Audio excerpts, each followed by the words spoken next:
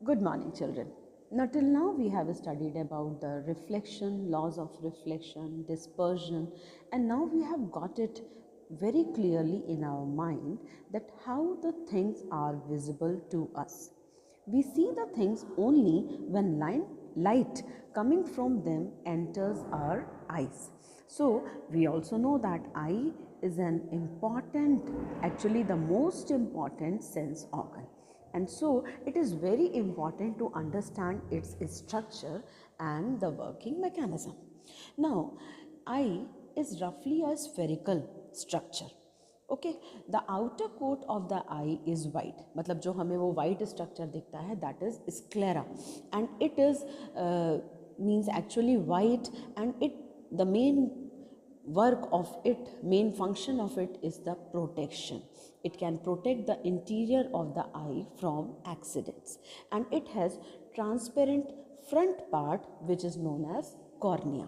Now cornea is transparent, okay, so it allows the light to enter into the eye. अब cornea के पीछे क्या होता है?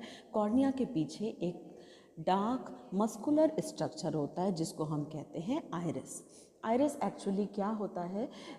एक ऐसा पार्ट होता है जो अलग अलग कलर्स का हर पीपल में दिखता है. जैसे आप किसी की आंख देखते हो, हल्की सी ब्लूइश ग्रीनिश होती है, किसी की ग्रेइश होती है, ब्लैक होती है, डार्क ब्राउन या लाइट ब्राउन होती है. तो we can say that iris is the part of the eye which give it its distinctive color. And you know, children, iris has a small hole, actually you can say a small opening in the center which is known as pupil. Pupil is always black. Why it is black? Because it does not allow any reflection. It allows all the light to enter into it and do not allow any reflection. That's why it appears black in color. And iris also controls the amount of light entering into the eye by regulating the size of the pupil. अब देखो, size of the pupil, आपकी आँख के आगे एकदम से अगर कोई टॉर्च ऑन कर दे या एकदम से आप धूप में जाते हो तो क्या होता है? आप कुछ अपने साइज़ ऑफ द प्यूपिल में चेंज देखते हो. अब आप ध्यान दोगे तो आप देखोगे कि जब आप धूप में जाते हो तो आपकी जो आँख होती है वो थोड़ी सी छोटी हो जाती है, ऐसा लगता है कि आप धीमा कर रहे हो, है ना. और जब आप अंदर आते हो रूम में जहाँ अंधेरा है या फिर कम रोशनी है तो वहाँ पे आपकी आइज़ और बड़ी हो जाती है. तो what is the size difference in प्यूपिल in both the cases? Actually, when we go outside or when we face the very bright light, then the pupil becomes small to allow less light to enter into the eyes. And when you come into a dim light room, or जब अंधेरे में आते हो तो the pupil becomes large so that you can see the things clearly. So it regulates the amount of light that is entering into the eyes. Now, behind the pupil of the eye is a lens.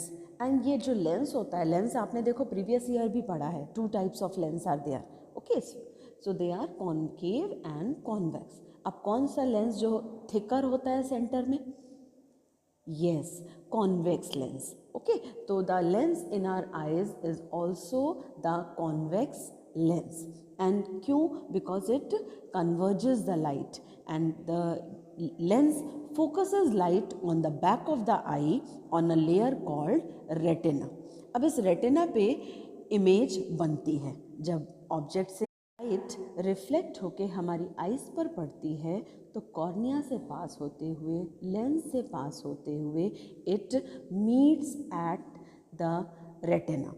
It behaves like a screen, and then retina has many sensory nerve cells, and they are of 2 types, rods and cones. Cones cone shape के cells होते हैं जिनको हम कहते हैं they are sensitive to colours, bright light. Okay, and rods are sensitive to dim light. Cones can sense colour. और जब ये इमेज रेटिना पर बनती है तो these electrical signals are pass to the brain through the optic nerves. जो image retina पे बनती है वो रियल इमेज होती है, और रियल इमेज हमेशा इन्वर्टेड होती है, बट हमारा ब्रेन उसको कैसा इंटरप्रेट करता है? सीधा. इरेक्ट इमेज को इंटरप्रेट करता है. Okay, now there is a point blind spot. ये ऐसा पॉइंट होता है, this is the junction point where the optic nerve and the retina meet, and there are no sensory cells at this point, so no vision is possible at that spot, and that's why this spot is known as blind spot. अब देखो, जो lens होता है, it is hold on to its place with the help of ciliary muscles. Okay, and these ciliary muscles can also adjust the size of the lens.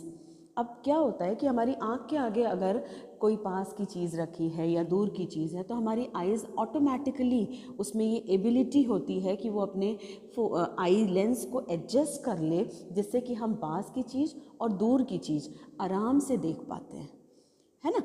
तो ये power, ये ability को हम एक नाम देते हैं जिसको हम कहते हैं power of accommodation of I. But फिर भी ह्यूमन बींग्स की एक ये पावर लिमिटेड होती है, जिसमें नियर पॉइंट होता है 25 सेंटीमीटर और फार पॉइंट होता है इन्फिनिटी.